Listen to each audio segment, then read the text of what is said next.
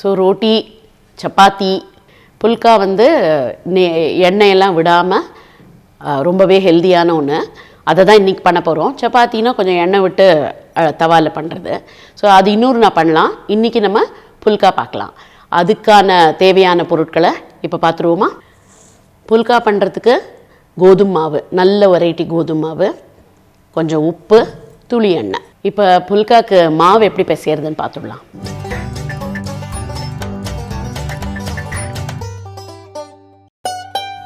ஒரு 2 கப் மாவு எடுத்துட்டுருக்கோம்.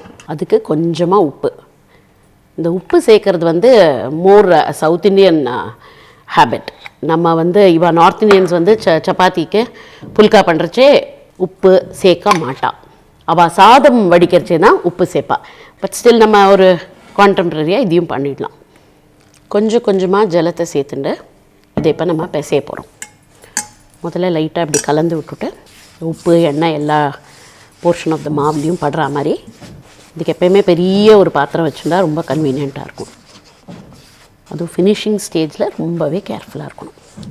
இப்படி பாத்திரத்தில் ஒட்டாமல் ஒரு ரவுண்டாக வந்த உடனே இதை நல்லா ஒரு அழுத்தி பிசைஞ்சு வச்சோன்னா ரொட்டி இன்னும் நல்லா வரும்.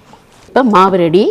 இதை அப்படியே மூடி கொஞ்சம் நேரம் ஊற வச்சோன்னா ஒரு 10-15 நிமிஷம் ஊறினா போதும். ஸோ அந்த பண்ணின அந்த ரொட்டி மாவை ஒரு 5 பீஸாக பண்ணின்னு இருக்கேன் நான். பேடாம்பா இதுக்கு ஹிந்தியில்.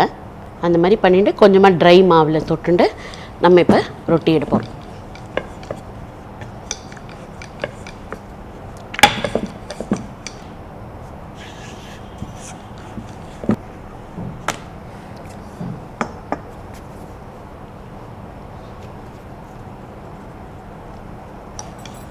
ஒரு அளவுக்கு சப்பாத்தி நம்ம இட்டுருக்கோம். இப்போ அடுப்பு மூட்டி தவாவை ஆன் பண்ணிடலாம். கொஞ்சம் கல் காஞ்ச உடனே நம்ம சப்பாத்தியை போட்டுக்கலாம்.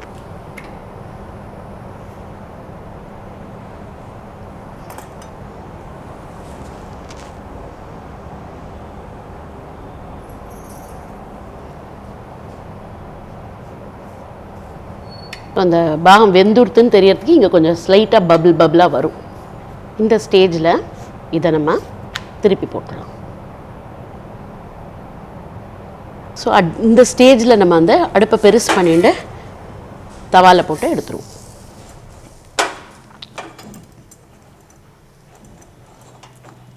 உப்பின உடனே சூடான புல்கா ரெடி. அடுத்த ஒரு வீடியோவில் இதுக்கு தொட்டுக்கிற மாதிரி தால் பண்ணி காமிக்கிறேன். அதையும் செஞ்சு பாருங்கள், இதையும் செஞ்சு பாருங்கள். Until then, bye.